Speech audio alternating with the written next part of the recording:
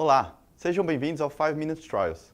Hoje continuaremos com o nosso mês temático, abordando estudos clássicos que avaliaram o uso do marca-passo e CDI nos pacientes com disfunção ventricular. Como sabemos, os pacientes com disfunção ventricular apresentam altas taxas de mortalidade, e uma das causas conhecidas é a morte súbita por arritmias.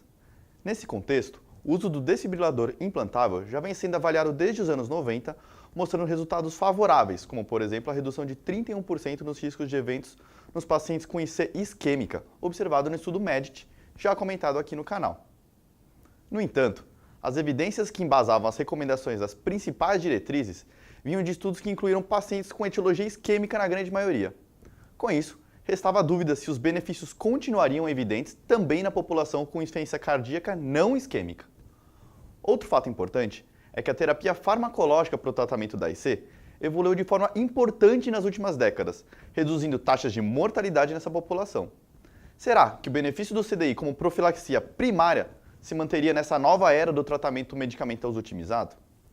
Para tentar responder essas questões, foi desenhado o estudo Danish, publicado no New England em setembro de 2016, com o objetivo de avaliar se o uso do CDI como profilaxia primária em pacientes com IC não isquêmica era benéfico. Foi um ensaio clínico multicêntrico, randomizado, realizado em hospitais dinamarqueses. Foram incluídos pacientes com fração de ejeção do ventrículo esquerdo menor que 35%, dosagem de NT-proBNP acima de 200 picogramas por ml, e os pacientes eram sintomáticos classe 2 ou 3, ou pacientes com classe 4 em programação de ressincronização cardíaca.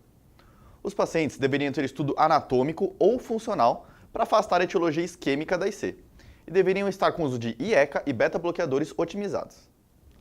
Foram excluídos pacientes com fibrilação atrial de alta resposta ou doença renal crônica dialítica.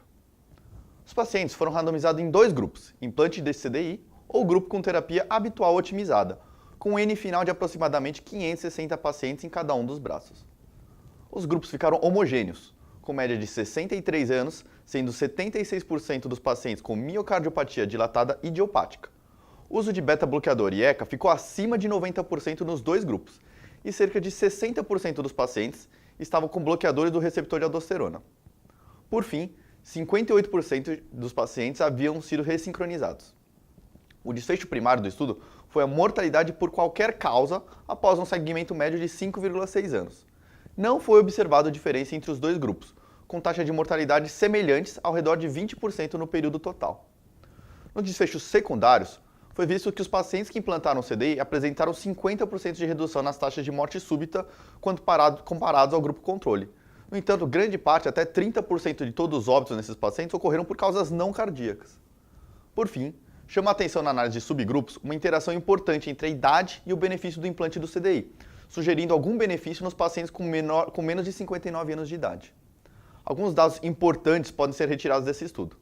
Primeiramente, chama a atenção que as taxas de mortalidade foram bem inferiores a outros estudos com essa população, provavelmente devido à terapia farmacológica otimizada, confirmando a relevância clínica dos IECAs, beta-bloqueadores e antagonistas do receptor de aldosterona.